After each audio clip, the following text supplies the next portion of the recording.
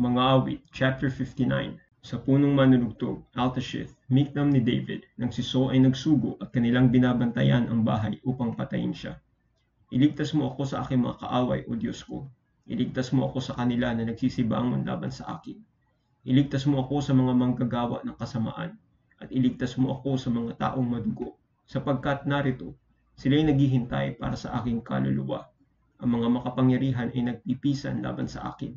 Hindi dahil sa aking pagsalangsang o dahil sa aking kasalanan o Panginoon.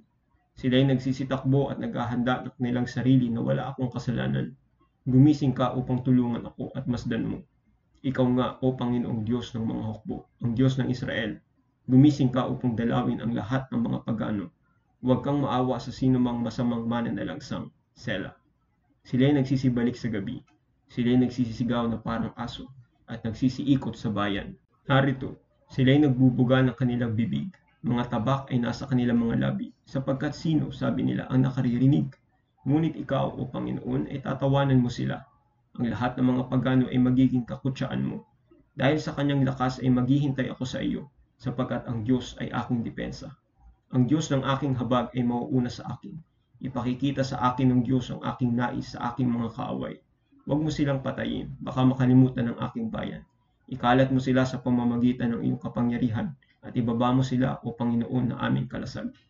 Dahil sa kasalanan ng kanilang bibig at sa mga salita ng kanilang mga labi ay mahuli sila sa kanilang kayabangan at dahil sa sumpa at kasinungalingan na kanilang sinasalita. Ubusin sila sa puot, ubusin sila upang sila'y mawala at ipaalam sa kanila na ang Diyos ay namumuno kay Jacob hanggang sa mga wakas ng lupa, Sela. At sa gabi ay bumalik sila at hayaan silang gumawa ng ingay na parang aso at lumibot sa palibot ng lungsod. Hayaan silang gumala-gala para sa pagkain at sama ng loob kung hindi sila mabusog. Ngunit aawitin ko ang iyong kapangyarihan. Oo, aawit ako ng malakas tungkol sa iyong habag sa umaga. Sapagkat ikaw ay naging aking sanggalang at kanlungan sa araw ng aking kabagabagan. Sa iyo, O aking lakas, aawit ako, sapagkat ang Diyos ay aking depensa at ang Diyos ng aking awa.